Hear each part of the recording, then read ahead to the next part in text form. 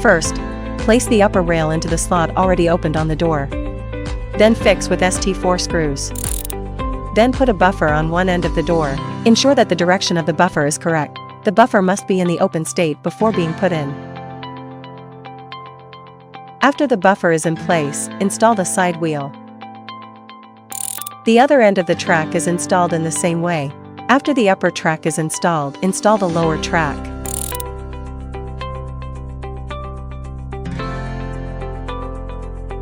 Before installation, use a level to determine the horizontal and vertical door openings. After the main support is positioned according to the selected method, use a pencil to signal the screw position. Expansion screws need to be placed in each screw hole.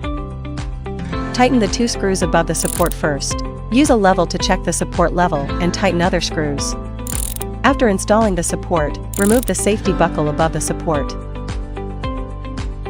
Same goes for lower positioning wheel installation. First position the opening hole, and then put in the expansion screw, fixing to determine the level.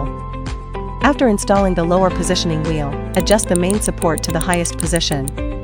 Then, align the door with the support and slowly snap it in. Buckle the door in, and then align the lower positioning wheel. Be careful not to press down on the lower positioning wheel. After installation, use hex screws to adjust the upper and lower positions of the door. After the adjustment, tighten the safety buckle screws. Attention! There should be a gap of at least 2 mm between the safety buckle pulley and the track. At this point, the ghost door is installed.